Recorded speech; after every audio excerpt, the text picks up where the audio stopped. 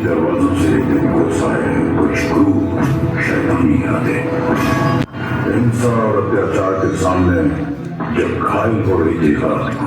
तब इस मिट्टी के गर्भ से उठ खड़ी हुई।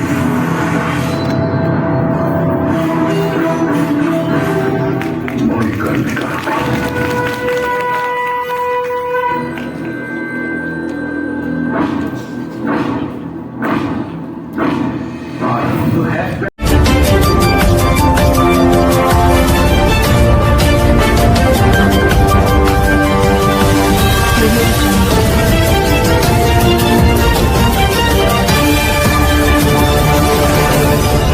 पूर्वांचल बुलेटिन निष्पक्ष खबर आप तक। कोई रीवा से आया है, कोई कहीं से आया है, तो मैं आप लोगों को बता दूं कि जिस जिले में आप लोग आए हैं, इस जिले को कहते हैं बलिया। और बलिया के साथ बलिया बोलने से पहले इसमें जोड़ दिया जाता है बागी। तो यह है बागी बलिया।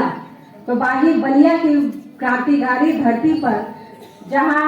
सबसे पहले क्रांति करने वाले पूरे देश के मंगल पांडे जी जहां के सुपुत्र रहे, वहां पे अगर इतना दीने भारत माता की जय होगा तो हमें तो नहीं अच्छा लगेगा। तो इसलिए एक बार इस बागी बलिया की धरती को नमन करने के लिए और अपनी राष्ट्र को नमन करने के लिए मैं अपने समाज के चौथे स्तंभ से जरूर चाहूंगी कि जोरदार नारा लगना चाहिए, भारत माता की जय। आज इस राष्ट्रीय अधिवेशन के इस कार्यक्रम के मुख्य अतिथि श्रीमान रामविचार पांडे जी, जो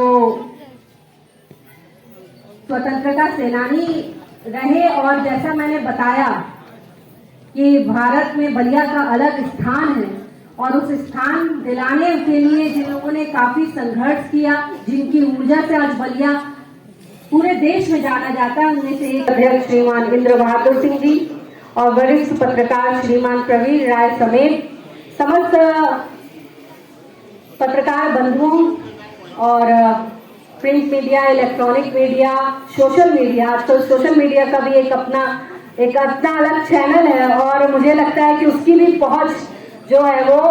घर घर तक है। तो मुझे नहीं पता कि इसमें सोशल मीडिया को इंक्लूड किया गया है कि नहीं, पर अगर इन केस किया गया है तो आप सभी का जो अलग अलग जगह से यहाँ आए हैं, मैं सभी का यहाँ पे इस कार्यक्रम में ढेरों आपका स्वागत करती हूँ। बलिया की क्रांतिकारी धरती पर आप सभी को प्रणाम करना चाहती हूँ, क्योंकि हम लोग अक्सर कार्यक्रम करते रहते हैं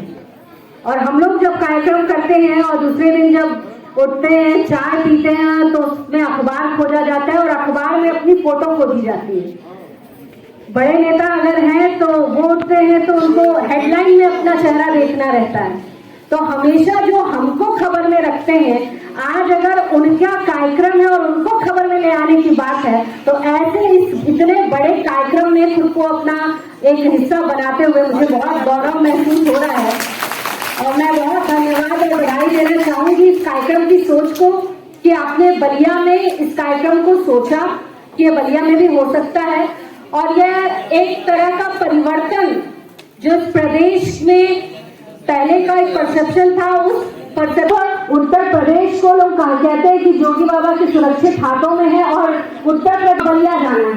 तो इस सरकार ने आज एटलीस्ट मुझे देखकर बहुत खुशी हो रही है कि इतना अच्छा हमारी सरकार ने काम किया कि आप लोग एक सुरक्षित माहौल आपको प्रदान करने का हम लोगों ने प्रयास किया है और बलिया में आप सभी का स्वागत है। मैंने जैसे कहा कि आप चौथे स्तंभ हैं समाज के और उनसे छोटे नाना जो है हमारे वो कर्मचारी संघ के नेता थे, एक नाना थे जो आप लोग की फील्ड से आते थे, तो आया है। तो जो बड़े बड़े लोग भी रहते हैं, वो अगर कोई वाकई सशक्त व्यक्तित्व का अगर कोई आपका मीडिया का कर्मचारी रहता है या मीडिया कर्मी रहता है, कोई पत्रकार रहता है, तो ये मन में ये भाव रहता है कि अरे ये पत्रकार है, इसके पास नॉलेज बहुत होगा और अगर इसके पास नॉलेज बहुत है तो इसको हम कुछ भी बोल के फंसा नहीं सकते, क्योंकि हमने अपने घर के बैकग्राउंड में देखा था। तो ऐसे एक आप लोग जागरूक समुदाय से आप सभी आते हैं, मैं आप सभी का स्वागत करती हूँ और जरूर ये एक समाज की एक नागरिक होने के नाते एक अपेक्षा, तो जैसे मैं आती हूँ पॉलिटिक्स से, तो जैसे पॉलिटिशियन से एक अपेक्षा रहती है समाज की, उसी तरह अगर हम बात करें मीडिया की भी, तो जरूर अपेक्षा मीडिया के आम जनमानस की ये जरूर होती विपद दिखाने जैसा है, परंतु एक छोटा सा अगर सलाम मैं कहूँ कि आज के इस कार्यक्रम में मैं देना चाहूँ अगर, तो जरूर ये कहूंगी कि जो अखबार पढ़ता है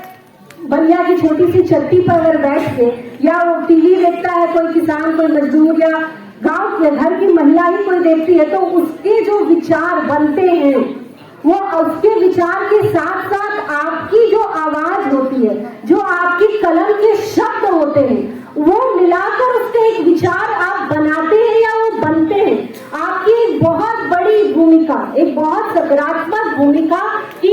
एक व्यक्ति क्या सोच रहा है किसी भी फील्ड को लेकर, उसमें आपकी बहुत अहम भूमिका रहती है। तो मैं जरूर इसकी छोटा सा आग्रह या निवेदन करना चाहूंगी कि आप लिखते हैं, आप अपने अखबारों में लिखते हैं, अपने टीवी चैनलों में आप बोलते हैं, बहुत सटीक बोलते हैं, बहुत सही बोलते हैं, और मैं ये जरूर अपने सुझाव में कहना चाहूंगी कि और भी ज्यादा अच्छे से और ज्यादा पारदर्शिता से,